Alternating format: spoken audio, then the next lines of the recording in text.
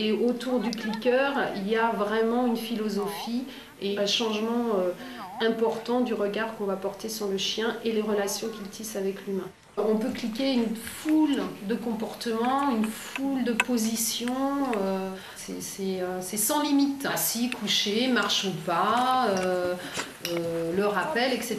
avec le clicker. Avec le clicker, on marque certains comportements pour que le chien sache que c'est des comportements qu'il doit nous redonner pour être récompensé ou pour déclencher le clicker. D'accord. Et à chaque fois, en fait, ce que vous cliquez, c'est le chien qui suit votre jambe. D'accord. Donc ça, c'est Ricky, il a 4 ans. Il a été éduqué au clicker, principalement. Donc moi, je continue à lui travailler au clicker pour certains exercices. Bon, à la maison, on n'utilise pas du tout le clicker ni dans le quotidien, mais là, je travaille au clicker parce que je voudrais lui apprendre des exercices assez précis au niveau du travail. Et ce qu'on peut faire avec un chien quand on pousse loin la méthode. Donc là, on va travailler au moins le déplacement de la marche au pas. Donc le chien, il doit se déplacer quand je démarre et il doit s'arrêter quand je m'arrête. Donc là, je lui ai demandé de tourner et de se repositionner au niveau de ma jambe.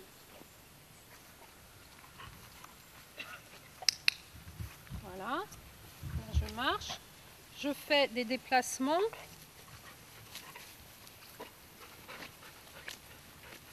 Là,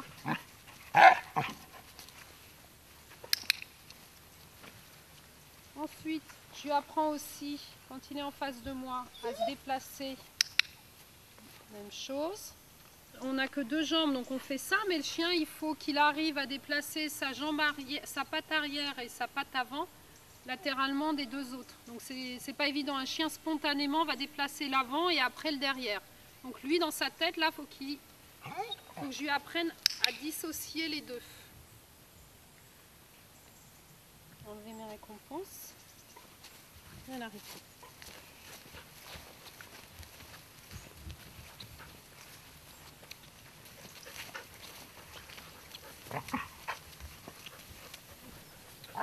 Si un chien a envie de travailler, il est en attente, il est en demande, il doit être en demande. Sinon, il irait faire autre chose, il irait se promener sur le terrain.